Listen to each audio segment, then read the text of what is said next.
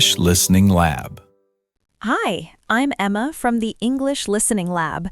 Today we're going to learn how to describe your home in English like a native speaker.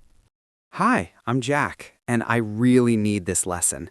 When someone asks me about my home, I don't know what to say. That's very common, Jack. Many learners freeze when someone says, "So where do you live?" But today we'll make it simple and natural. I'm ready. Great. Let's start with the first question people usually ask. What kind of place do you live in? Notice the words, what kind of place. Native speakers often say place instead of house or apartment. Oh, I didn't know that. I always say I live in a house. That's correct, but you can make it more natural. For example, I live in a small apartment. I live in a 2-bedroom house. I live in a modern studio. See? Just add 1 or 2 details. So I shouldn't stop at just house or apartment. Exactly. Add a little color. Let's practice. I'll ask you, what kind of place do you live in? I live in an apartment. Good. Now add 1 detail. Is it small, big, modern, old? I live in a small apartment. Better. Now 1 more detail. Where is it? I live in a small apartment in the city. Perfect. That already sounds more complete. Now let's talk about common types of homes. Repeat after me. Apartment, house, villa, studio, dorm. Apartment, house, villa, studio, dorm. Good. Now here's a small tip. Native speakers often say, it's a pretty small place. It's not very big, but it's comfortable. It's quite spacious. Notice words like pretty, quite, not very. These soft words make you sound natural. So instead of saying my apartment is small, I can say it's pretty small. Yes, that sounds more relaxed and natural. Now imagine someone at work asks you, do you live near here? What can you say? Maybe, yes, I live near here. Good. Now let's improve it. Yeah, I live about 10 minutes from here. It's not far from the office. It's about a 20-minute drive. See how we add small details? Yes, it sounds more real. Exactly. Native speakers usually give short extra information. Now let's talk about location. You can say, I live in the city center. I live in the suburbs. I live on the outskirts of the city. I live in the countryside. What does suburbs mean? Good question. Suburbs are areas outside the city center, usually quieter, more houses, fewer tall buildings. Oh, I think I live in the suburbs then. Great! So you can say, I live in the suburbs. It's pretty quiet. Now let's practice a full answer. I'll ask you like a new friend. So, Jack, where do you live? I live in the suburbs. It's pretty quiet. Nice. Now add what kind of home. I live in the suburbs. It's pretty quiet. I live in a small apartment. Very good. That sounds natural already. Now let's make it even better. Native speakers often describe the neighborhood. For example, it's a friendly neighborhood. It's a busy area. It's very safe. There are lots of shops nearby. So I can talk about the area, not just the home? Exactly. Your home is not only the building, it's also the environment around it. Let's imagine this situation. You meet someone at a party. They ask, do you like where you live? What would you say? Yes, I like it. Good start, but let's expand it. You can say, yeah, I really like it. It's quiet and close to everything. Or, I like it because it's peaceful and not too crowded. Oh, that sounds much better. See? Just add because. That one word makes your answer stronger. Now let's try a small speaking challenge. I'll give you a model answer. Listen carefully. I live in a 2-bedroom apartment in the city center.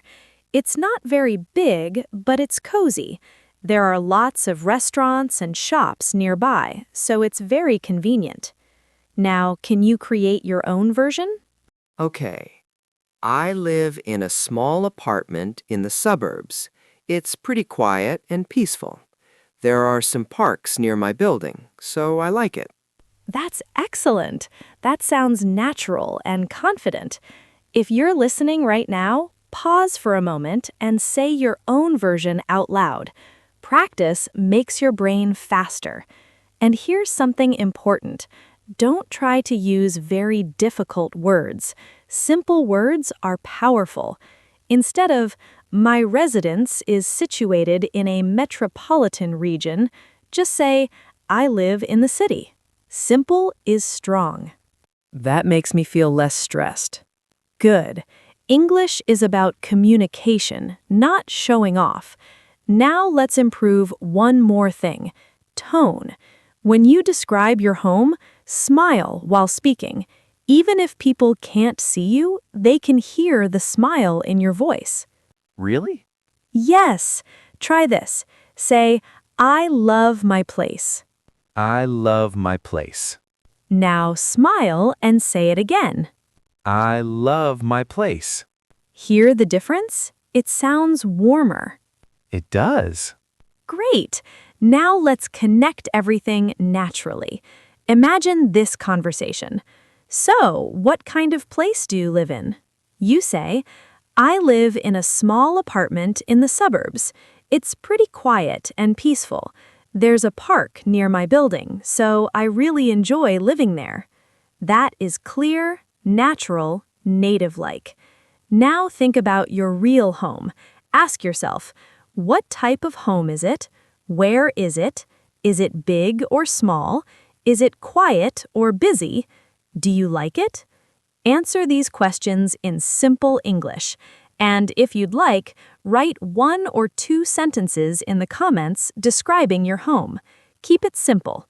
We can all practice together. All right, now that you can confidently talk about the type of home and the area around it, imagine someone says, "Oh, that sounds nice. What's it like inside?" Now the conversation is moving deeper, and that's exactly where we're going next. So now the person is curious. They smile and ask, "What's it like inside?" Oh no, this is where I usually get stuck. That's okay. We'll make it simple. When you describe the inside of your home, think in 3 steps: rooms, style, feeling. Let's start with rooms. Most homes have common rooms like living room, kitchen, bedroom, bathroom, dining room. Yes, I know those words. Good.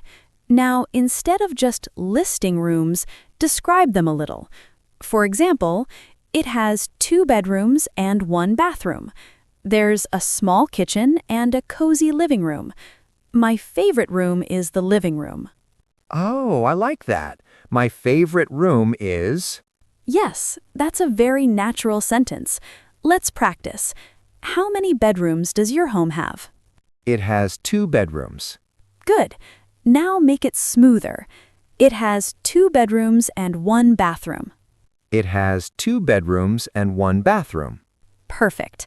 Now let's make it more descriptive. Instead of, the living room is big, you can say, the living room is quite spacious, or the living room is bright and comfortable. What does spacious mean? Spacious means big, with lots of space. It feels open. Oh, okay. Now let's talk about useful describing words. Repeat after me. Bright, cozy, spacious, modern, simple, clean. Bright, cozy, spacious, modern, simple, clean. Great. These words are very common in daily English. For example, my bedroom is small but cozy. My kitchen is modern and clean. The apartment is bright during the day. See? Short sentences, clear meaning. Now, imagine someone asks, "Is your place furnished?" What does that mean? Good question. Furnished means it has furniture, like a sofa, bed, table, and chairs. If you have furniture, you can say, "Yes, it's fully furnished," or "It's partly furnished." If you don't, you can say, "No, it's empty. I bought my own furniture." That's useful. I didn't know how to answer that before. Now you do. Let's continue the conversation naturally. So, what's your living room like? It's small but cozy. Nice. Add one more detail. It's small but cozy. There's a big sofa and a TV. Perfect. That sounds real. Now let's talk about the kitchen. People often say, "I love cooking, so the kitchen is my favorite place." Or, "The kitchen is quite small, but it has everything I need." It has everything I need. I like that sentence. Yes, it's very natural. Now here's a quick mini exercise. I'll say a simple sentence. You improve it. Sentence. My bedroom is small. My bedroom is small but comfortable. Excellent. Next one. My house is nice. My house is really nice and very comfortable. Good. You can also say, my house is really nice. It feels very homey. What does homey mean? Homey means warm and comfortable. It feels like home. That's a beautiful word. Yes, and native speakers use it often. Now let's talk about decoration. You can say, I like simple decoration.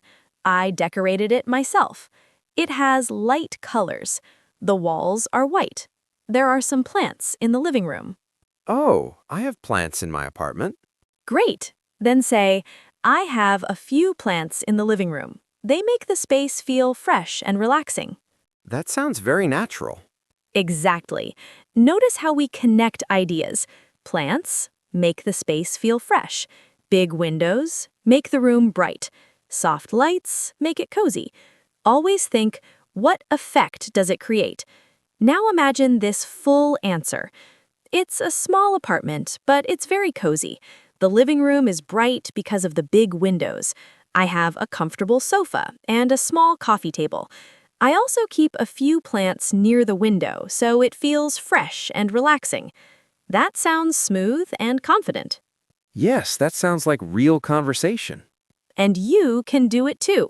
Now here's something important. Don't speak too fast. When describing your home, pause naturally. For example, it's a 2-bedroom apartment in the suburbs. The living room is quite spacious, and I love the natural light. Pauses make you sound confident. I usually rush because I'm nervous. That's normal, but remember, slow English is strong English.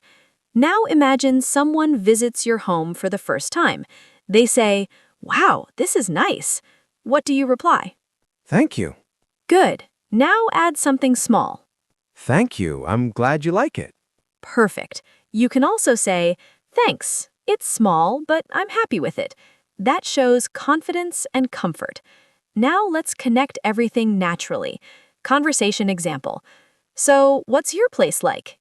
You say, it's a small 2-bedroom apartment in the suburbs. The area is quiet, which I really like. Inside, the living room is bright and cozy. I have a big sofa and a few plants near the window. It's not very big, but it feels like home. That is simple, clear, native-like. Now take a moment. Think about your living room, bedroom, kitchen. Describe each one in one short sentence. Pause this lesson and try speaking out loud. Confidence grows when you use your voice. All right, now imagine the conversation continues. The person smiles and says, "That sounds great. Do you live alone or with someone?" Now we're moving into a more personal part of the conversation, and this is where many learners feel shy again. Let's handle that next. So they just asked, do you live alone or with someone? Yes, and now I feel a little nervous again. That's okay. This is normal conversation. Nothing scary. You just answer honestly and simply. For example, I live alone, or I live with my family, or I share the apartment with a friend. That's easy. Yes, keep it simple. Then you can add one more small detail. I live with my family. It's always lively at home. Or, I live alone, but my family visits often. Or, I share the place with a roommate. We get along well. What does get along well mean? It means you have a good relationship, no big problems. Oh, that's useful. Very useful. Now let's continue naturally. After you answer, the person might say, "Which room do you spend the most time in?" I think I would say the living room. Good. Now make a full sentence. I spend most of my time in the living room. Perfect. Now add a reason. I spend most of my time in the living room because I watch TV there. Excellent.